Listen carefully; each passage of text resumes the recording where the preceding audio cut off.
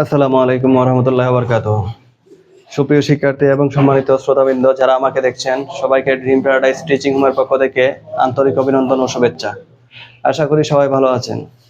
আমি আজকে আপনাদের সাথে আলোচনা করছি বিভিন্ন বোর্ডে আসছে সেট ও ফাংশন সম্পর্কিত বহু নির্বাচনী প্রশ্নের সমাধান নিয়ে।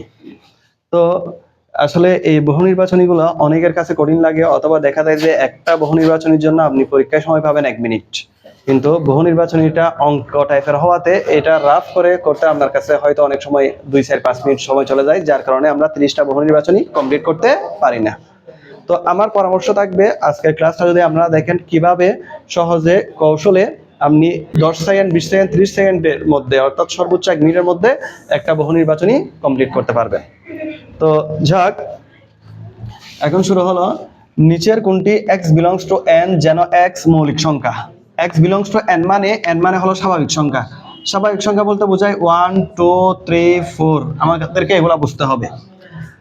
তাইলে x এর মান হলো স্বাভাবিক সংখ্যা, x হলো মৌলিক সংখ্যা। x হলো আবার কি সংখ্যা? মৌলিক সংখ্যা। মৌলিক সংখ্যা মানে হলো যে সংখ্যাকে 1 এবং নিজ সংখ্যা ছাড়া অন্য কোনো সংখ্যা দ্বারা ভাগ যায় না।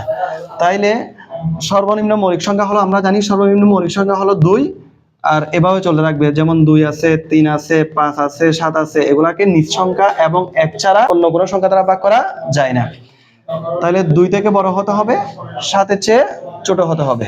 তাইলে 2 থেকে বড়, 7 চেয়ে ছোট বা সমান এমন সংখ্যা কি কি আছে?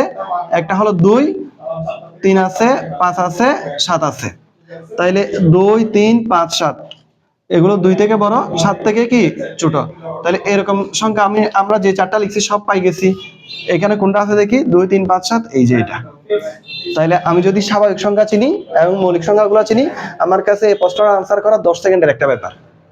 2 থেকে বড় এটা হলো লেস দেন অর ইকুয়াল, 2 থেকে বড় বা সমান এবং 7 থেকে ছোট বা সমান, অর্থাৎ অ্যানসারটা হলো 2 3 5 7। তাহলে আমার আনসার হলো এটাই। ক নাম্বারে উল্লেখ আছে নিচের কোনটি x বিলংস টু n।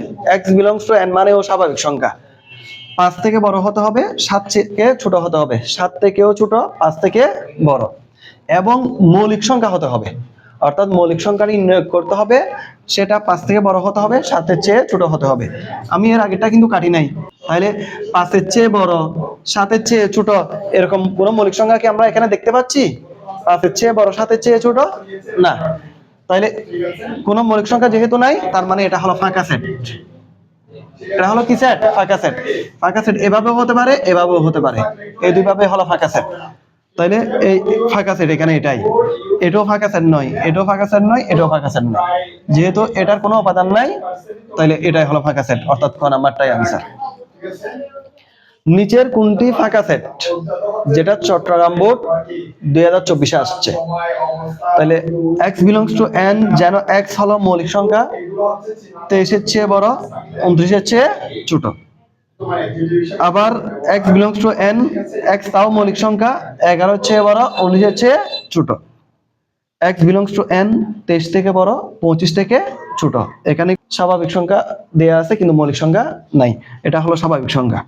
হ্যাঁ, x belongs to z, z মানে হলো পূর্ণ সংখ্যা। পূর্ণ সংখ্যা বলতে ধনাত্মক, ঋণাত্মক, 0 সহ ধনাত্মক এবং ঋণাত্মক সবগুলো সংখ্যাকে পূর্ণ সংখ্যা বলা হয়। যেমন -2, -1, 0, 1, 2, 3 এগুলো হলো সব পূর্ণ সংখ্যা। তাইলে এখানে বলছে ফাঁকা সেট বের করার জন্য। ফাঁকা সেট মানে যার কোনো কি নেই, উপাদান নেই। প্রথমে আমি শুরু করে x বিলংস টু n, এটা স্বাভাবিক সংখ্যা, x হলো মৌলিক সংখ্যা, x হলো কি সংখ্যা? মৌলিক সংখ্যা। 23 থেকে বড় হতে হবে, 29 এর চেয়ে ছোট হতে হবে। তাহলে 23 থেকে বড়, 29 এর চেয়ে ছোট কোনো মৌলিক সংখ্যা কি আছে? 23 থেকে বড়, 29 এর চেয়ে ছোট কোনো মৌলিক সংখ্যা নেই, কেননা 23 এর চেয়ে বড় সংখ্যা হলো 24, 24 কে ভাগ করা যায়, 3 8 24, তাহলে এটা মৌলিক সংখ্যা নয়। 25, 5 5 25, এটা মৌলিক সংখ্যা নয়। 26, 13 দুগুণে 26, এটা মৌলিক সংখ্যা নয়। 27, 3 নং 27, এটাও মৌলিক সংখ্যা নয়। 28, এটাও কোনো মৌলিক সংখ্যা নয়, অর্থাৎ এখানে কোনো মৌলিক সংখ্যা নাই। 23 থেকে 29 এর ভিতর কোনো মৌলিক সংখ্যা নয়, অর্থাৎ এই সেটের উপাদানটা হলো ফাঁকা সেট। এই সেটের উপাদানটা হলো কি? ফাঁকা সেট। প্রশ্ন ছিল নিচের কোনটি ফাঁকা সেট, তাহলে ক নাম্বারটাই আনসার। আমি আর খ গ গ এগুলো আলোচনা করা লাগছে না। তাহলে আপনি যদি এই বিষয়গুলো বুঝেন, খুব সহজেই আপনি সেট ও ফাংশন থেকে প্রতি বছর 2টা 3টা করে বহু নির্বাচনী আসে, আপনি নির্দ্বিধায় আনসার করে ফেলতে পারবেন। ভালো থাকবেন, সুস্থ থাকবেন, আল্লাহ হাফেজ।